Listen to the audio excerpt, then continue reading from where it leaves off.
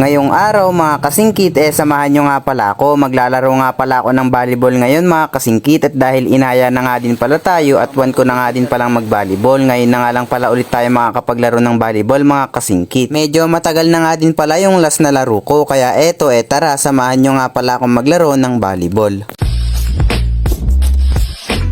So what's up sa inyo mga kasingkit, at dahil Sunday nga pala ngayon wala tayong ganap, kaya eto naman ako tamang punas-punas nga lang sa ating motor dahil napakaganda nga talagang tignan kung malinis yung ating mga unit. Kapag tinatamad nga pala akong magwashing inaalagaan ko naman to sa may punas. Mas nakakapogi at mas nakakaganda kasing tignan kung palaging malinis yung mga motor natin, kaya kayo mga kasingkit huwag kayong tamadin na linisan or punasan yung mga motor nyo. At dahil Sunday nga pala mga kasingkit wala nga pala tayong ganap for today's video, kaya eto naman buryong na nga pala ako dito sa bahay namin. Buti na nga lang pala may nagaya sa atin na maglaro ng volleyball. Pero bago nga pala ako umalis ng bahay kailangan malinis na nga pala yung mga kailangan linisin dito sa may bahay namin, kaya naman eto agad-agad na nga pala akong nag-urong. Kasi kapag naglaro tayo ng volleyball mamaya, pagka uwi natin medyo pagod na tayo at baka hindi na rin ako makapag-urong, kaya naman bago nga pala ako umalis inurungan ko na nga pala yung mga nakalagay dito sa may lababo namin. Medyo kakaunti nga lang pala to mga kasingkit dahil tatlo nga lang pala kami ditong nasa bahay, and yung ate ko nga pala nagtratrabaho nga pala sa may Tarlac. Pagdating naman sa may pag-uurong mga kasingkit, ano yung inuuna nyong sabunin? Ako kasi inuuna ko yung baso, pagkatapos naman nun yung mga kutsara na, and then yung mga plato, mga platito, ganyan. So after ko nga palang makapag-urong mga kasingkit naligo na nga din pala ako, at dahil medyo malapit nga lang pala yung paglalaroan namin mga kasingkit papunta na nga pala tayo dun. Dito nga lang pala yung banda sa may baba, kaso nga lang hindi na nga pala pwedeng pumasok yung motor dito, kaya naman iniwanan ko na sa may court dahil lalakarin na nga lang pala namin, at dahil tatawid nga pala kami ng ilog. Medyo mababaw nga lang din pala ang ilog dito mga kasingkit dahil yung mga malalalim nasa may bandang baba pa, yung mga pinagliliguan namin. Yung mga mahilig nga palang maligo ng ilog dyan alam na alam nila kung saan nga ba yon. So dito mga kasingkit medyo kinakabahan pa nga ako dahil medyo baka mamaya dumulas tayo madulas pa naman yung mga bato rito. Kaya sa pagtawid ko na to mga kasingkit medyo nagdadahan-dahan nga lang pala ako. So nakatawid na nga pala tayo mga kasingkit. Ayan, kung makikita nyo parang delikado siya, talagang delikado mga kasingkit, kaya dapat magdobli ingat tayo. O diba maglalaro lang tayo ng volleyball pero tumawid pa tayo ng ilog. So nandirito na nga pala kami mga kasingkit, kaso nga lang wala pa nga pala yung mga kalaro namin, kaya naman tumawid muna ulit kami dito sa may balwarte na to. And pagkatawid nga pala namin dito mga kasingkit naalala ko nga pala na dito nga pala yung bahay nila Brian. Medyo nagutom nga din pala ako sa part na to mga kasingkit, kaya naman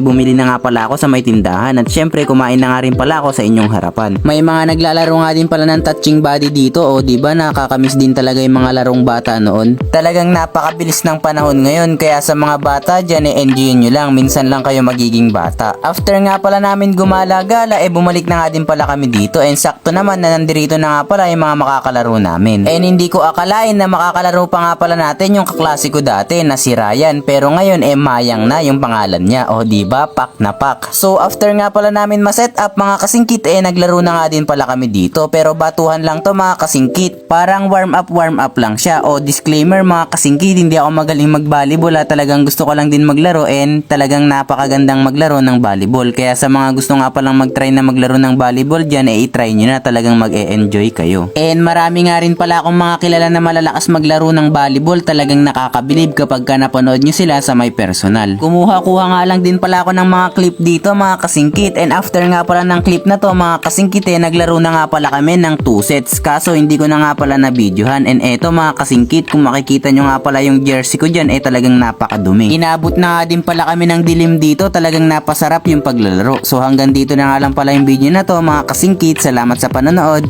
ride safe.